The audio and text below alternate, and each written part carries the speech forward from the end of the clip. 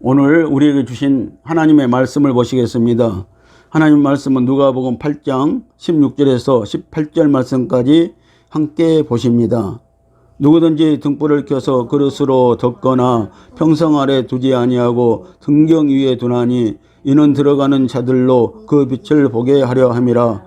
숨은 것이 장차 드러나지 아니할 것이 없고 감추인 것이 장차 알려지고 나타나지 않을 것이 없느니라. 그러므로 너희가 어떻게 듣는가 스스로 삼가라. 누구든지 있는 자는 받겠고 없는 자는 그 있는 줄로 아는 것까지 빼앗기리라 하시니라. 아멘. 할렐루야. 오직 예수 생명입니다. 우리가 늘 예수 생명으로 신앙생활하는 저와 여러분들이 되시기를 예수님의 이름으로 축복을 드립니다. 자, 오늘은 본문 말씀을 통하여서 등경 위의 삶을 삽시다입니다. 빛을 비추는 삶을 사는 비유인 것입니다. 전기불이 없던 시절에는 방마다 등잔불이 있었습니다. 또 마당에는 그 주위를 환하게 비추는 도구가 있는데 그것을 등경, 즉 등잔 위에 불을 켜는 것입니다. 요즘에도 인류 호텔이나 고전적 모습을 갖춘 곳에 가면은 등잔에 등불을 켜서 불을 켜는 모습을 보게 됩니다. 시편 119편 105절 말씀을 함께 보십니다. 주의 말씀은 내 발의 등이요 내 길의 빛이니이다. 아멘. 자, 하나님의 말씀이 우리가 가는 길의 빛이라고 말씀을 하고 있습니다.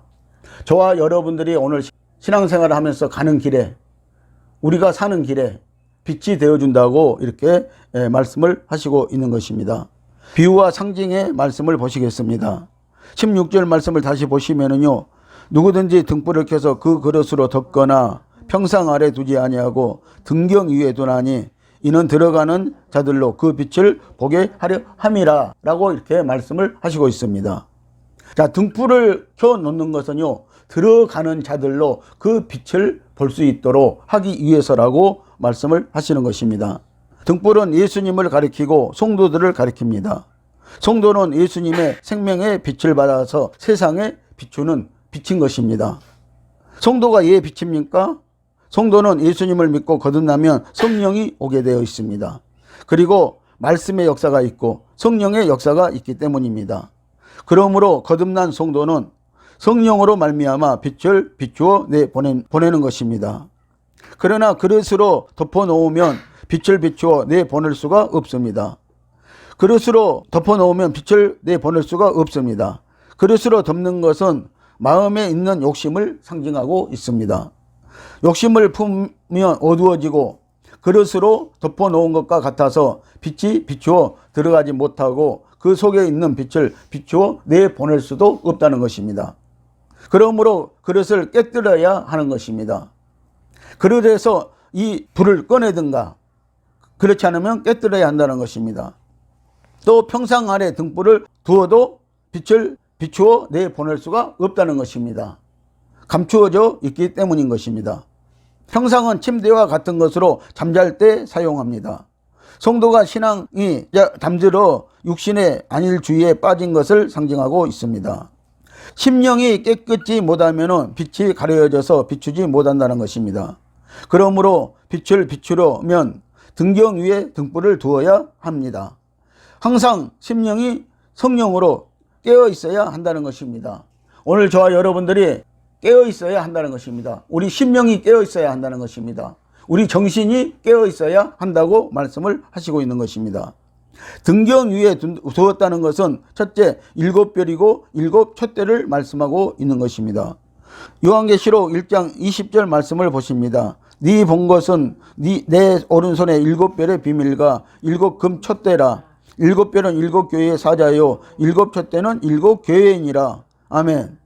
교회와 성도는 촛불이 되어야 한다는 것입니다. 등불이 되어야 한다고 말씀을 하시고 있습니다. 이것은 오늘날 우리가 성령으로 행동해야 한다고 말씀을 하시는 것과 같은 것입니다.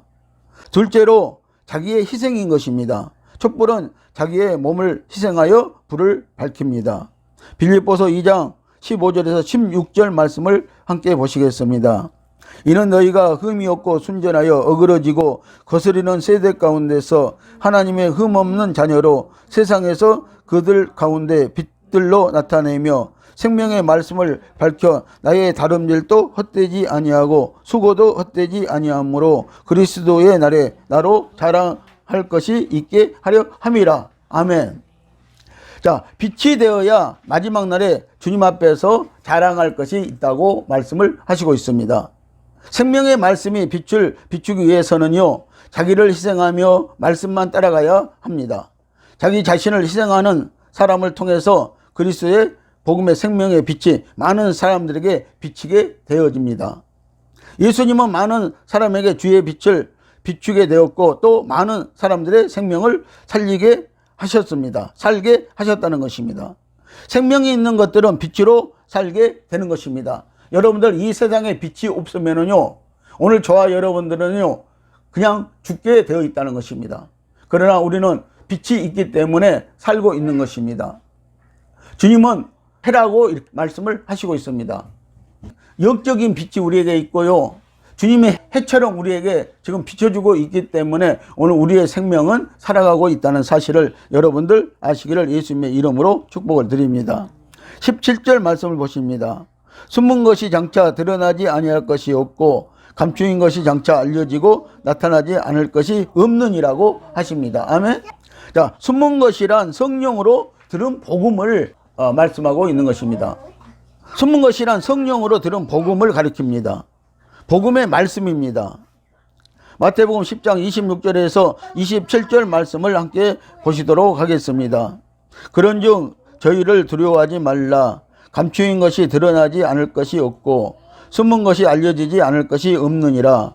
내가 너희에게 어두운 데서 이르는 것을 강명한 데서 말하며 너희가 길 속으로 듣는 것을 지 위에서 전파하라고 하십니다. 아멘.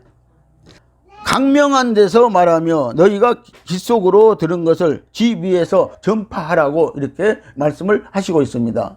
오늘 저와 여러분들은 생명의 말씀을 밝은 곳에서 듣고 이 복음을 듣고 오늘 우리는 길 속으로 또 들은 것을 지 위에서 전파하라고 이렇게 말씀을 하고 있는 것입니다. 그래서 숨은 것이 드러나지 않을 것이 없고 또 다 드러나게 되어 있다고 이렇게 말씀을 하십니다. 영적인 골방 기도를 하면서 깨달은 진리를 많은 사람에게 나가서 전파하라는 것입니다. 깨달았으면 자기 혼자 좋아하고 기뻐하지 말고 전파하라는 것입니다. 복음의 비밀은 공개되어서 서로 공유해야 한다는 것입니다. 여러분들 어떤 사람들은 자기가 말씀을 깨달았다고 그것을 감추어버리는 사람들이 있는 것입니다. 그러나 오늘 이 복음의 비밀을 깨달았으면요 그것을 전파하고 공유해야 된다고, 서로 나누어야 된다고, 서로 비추어야 된다고 이렇게 말씀을 하시는 것입니다. 18절 말씀을 보시겠습니다. 그러므로 너희가 어떻게 듣는가 스스로 삼가라. 누구든지 있는 자는 받겠고 없는 자는 그 있는 줄로 아는 것까지 빼앗기리라 하시니라. 아멘. 자, 우리가 이 말씀을 어떻게 듣는가가 그래서 중요한 것입니다. 여러분들 복음의 말씀을 우리가 어떻게 듣는가가 중요하다는 것입니다. 있는 자란 진리를 깨달은 것을 가리킵니다. 예수님의 가르침에 관심이 있는 사람은 비유의 말씀을 깨달아서 많은 결실을 가져오며 등불처럼 빛을 비춰야 할 것입니다. 빛을 비추어 낸다는 것입니다. 없는 자란 진리를 아직 깨닫지 못한 자를 가리키고 있는 것입니다. 이런 사람은 조금 있는 것까지 다 빼앗깁니다. 그러므로 하나님의 신령한 진리를 깨닫는 자가 복이 있고 그대로 실천하여서 믿음을 지키는 자가 더 많이 받는다는 것입니다. 이와 마찬가지로 마태복음 5장 15절 말씀을 보시면은요, 사람이 등불을 켜서 말 아래 두지 않고 등경 위에 둔다고 말씀하고 있습니다.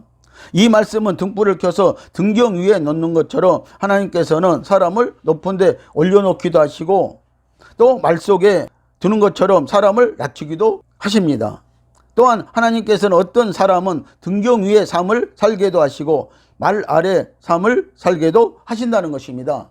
그래서 오늘 저와 여러분들은 등경 위에서 등불처럼 우리가 빛을 비추면서 사는 삶을 살라고 이렇게 말씀하고 있는 것입니다.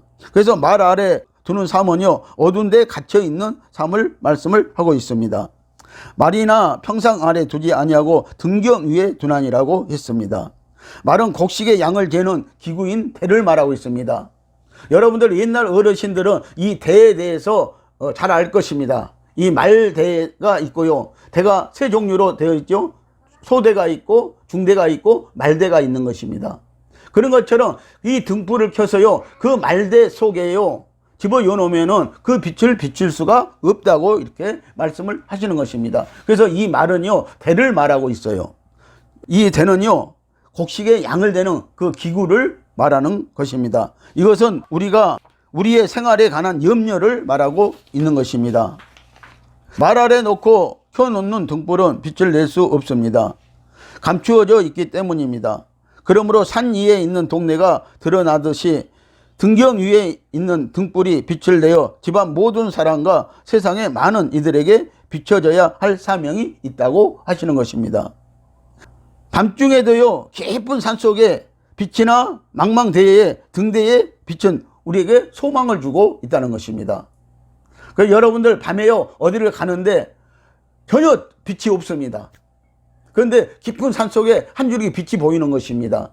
그러면은 그 빛이 우리의 길을 인도해 주기도 하지만 우리에게 소망을 준다는 것입니다.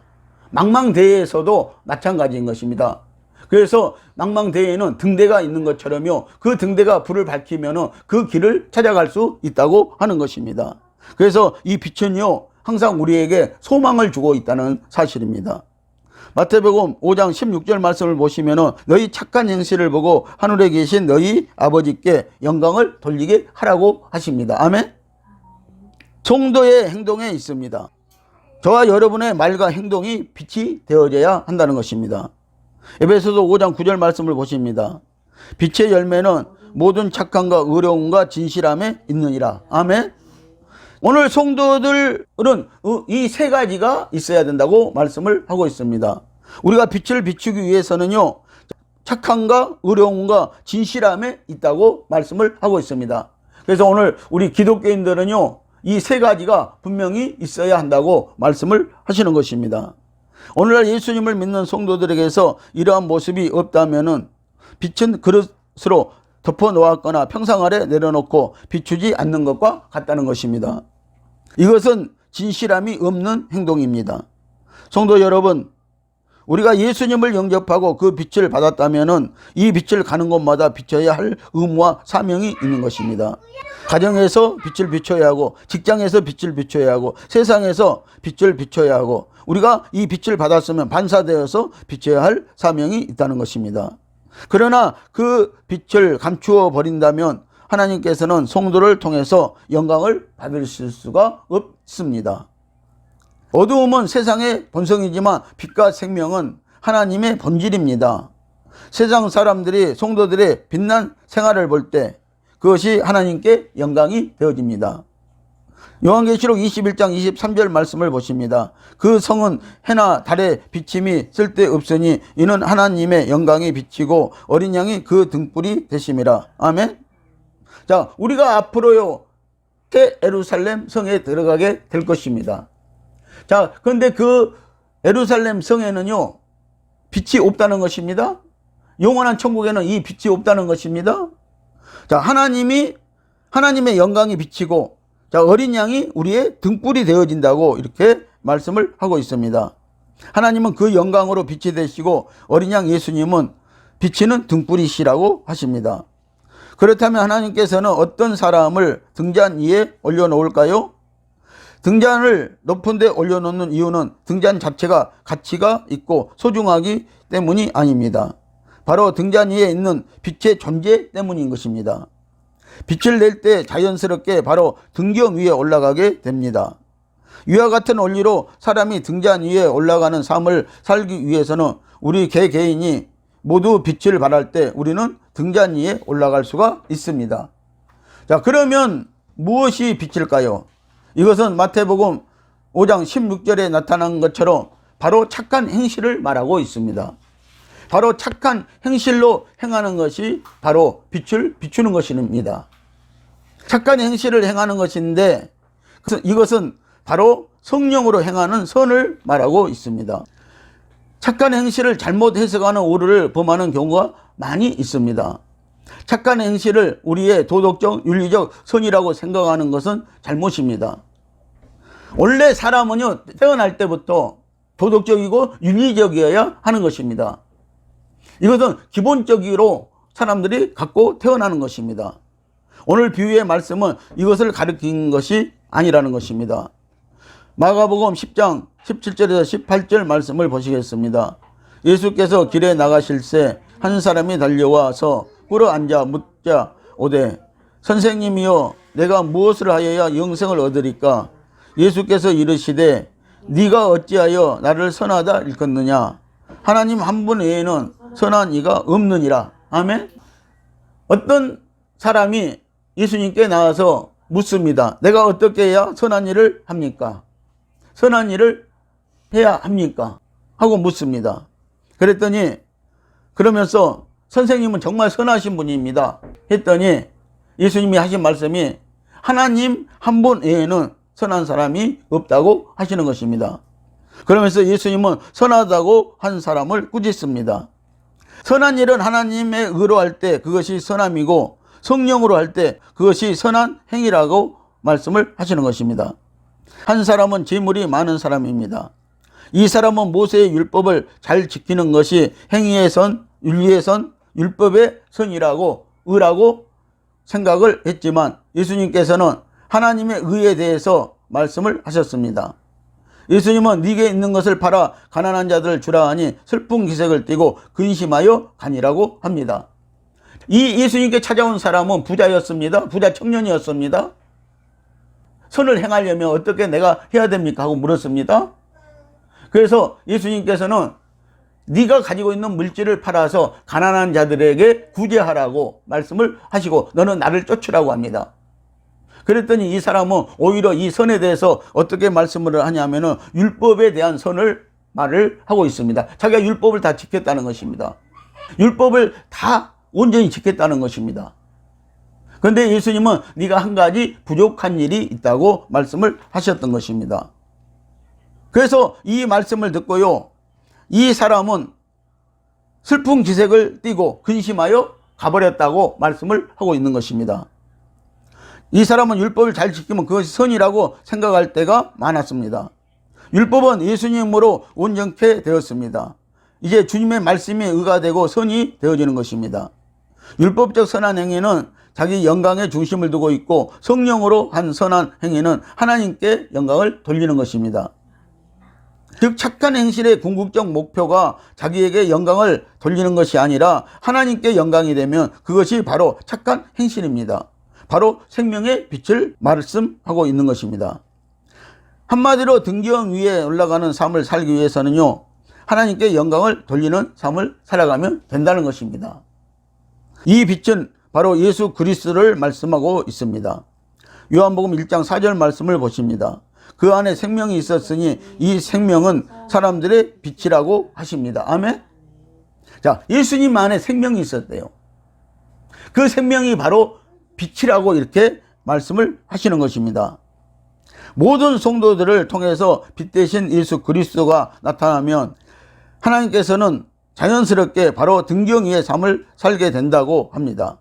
우리의 노력과 행위를 가지고는 등경 위에 올라갈 수가 없습니다. 하나님이 우리를 등경 위로 올려놓을 때가 되면 하나님께서는 지혜 있는 자가 되게 하십니다. 바로 지혜를 주신다는 것입니다.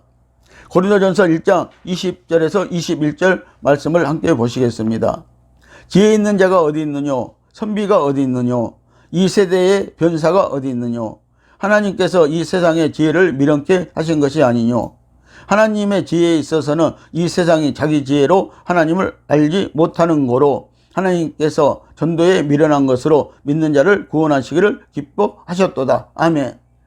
자, 하나님께서 한마디로 말씀하시면요, 이 세상에는 선비도 없고 지혜 있는 자도 없고 변사도 없다는 것입니다. 말 잘하는 자도 없다는 것입니다. 자, 그래서 하나님께서 이 세상의 지혜를 미련케 하신 것이 아니요라고 하시는 것입니다.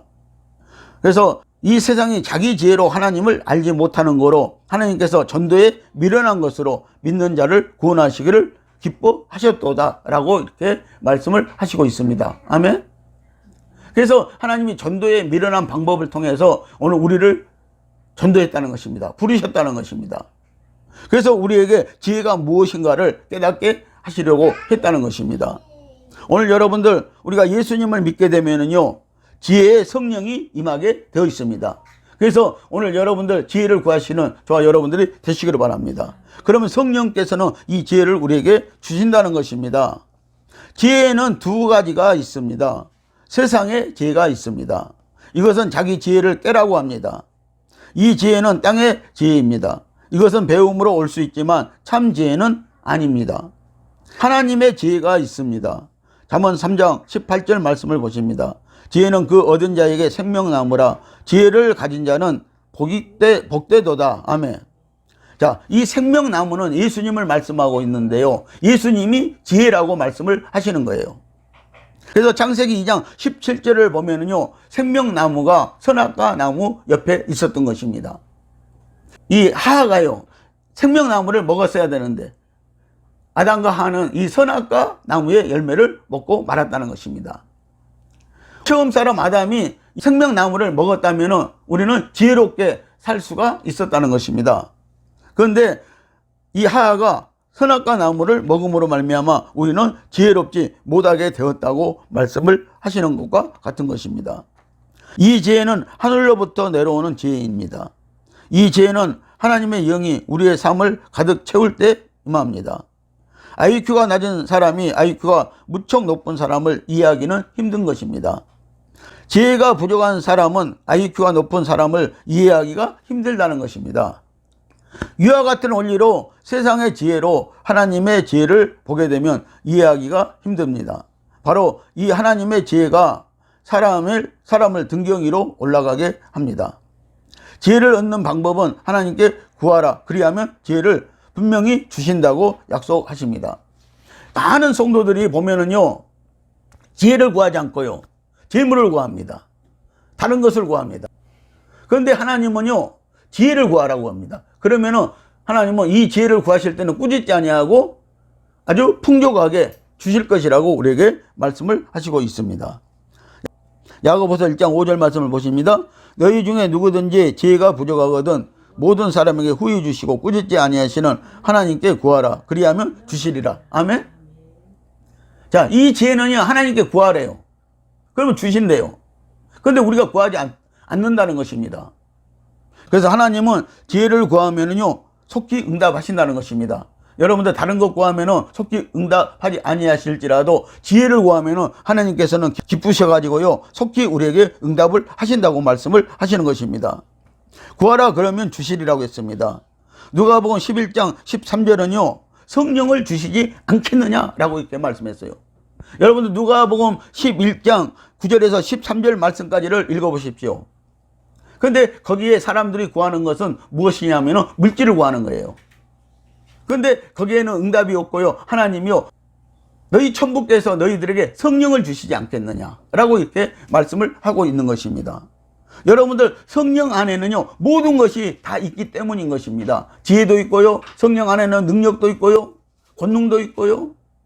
그 성령 안에는 우리가 필요한 것들이요, 다 구비되어 있기 때문에 성령을 주시지 않겠느냐라고 이렇게 말씀을 하고 계시는 것입니다.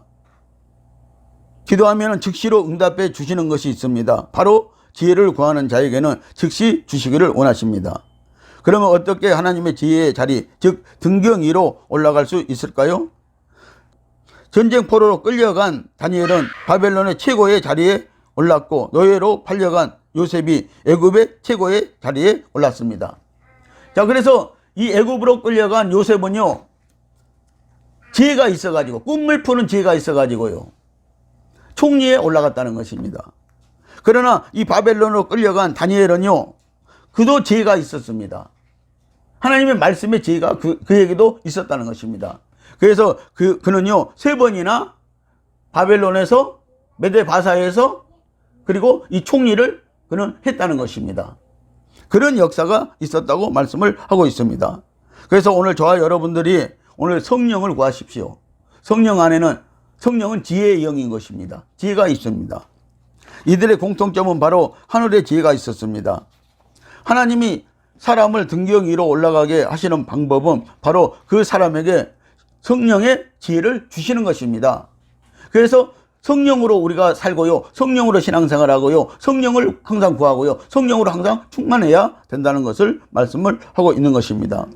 여러분 잠언 8장에 보시면은요, 지혜는 지혜에 관심이 있고 찾고 사랑하는 자에게 하나님께서 주신다고 하십니다. 지혜는 하나님을 알게 하는 것입니다. 예수님을 알게 하시는 것입니다. 성령님을 알게 하시는 것입니다. 그래서 여러분들 지혜에 관심이 있어야 돼요. 그래서 지혜를 구하시는 저와 여러분들이 되시기를 바랍니다. 또한 지혜가 임하는 자에게는 부귀도 있고 권세도 있고 장수도 있습니다. 하나님의 지혜의 근본은 바로 예수 그리스도이십니다. 여러분들 지식이 많다고 해서 다스리는 권능이 있는 것이 아닙니다. 능력이 있는 것이 아닙니다. 지혜가 있어야 한다는 것입니다. 사람에게는 지혜가 있어야 그 지혜로 사람을 다스리는 것입니다. 모든 것들을 다스리는 능력이 있는 것입니다. 바로 지혜의 영이 열린 사람은 예수 그리스도를 아는 능력이 깊어지는 것입니다. 그래서 하나님의 지혜의 근본은 바로 예수 그리스도이시라고 말씀을 하시는 것입니다. 결론적으로 우리 모든 성도들은 하나님께 영광을 돌리고 예수 그리스도를 우리의 삶에서 드러내고 하나님의 지혜를 구하는 삶을 살게 될 때 하나님께서는 우리를 등경 위에 올려놓는 삶을 살게 하신다는 것입니다. 너희는 세상의 빛이라. 아멘. 성도 여러분, 등경 위에 삶을 사시기를 주 예수님의 이름으로 축복을 드립니다. 기도하시겠습니다.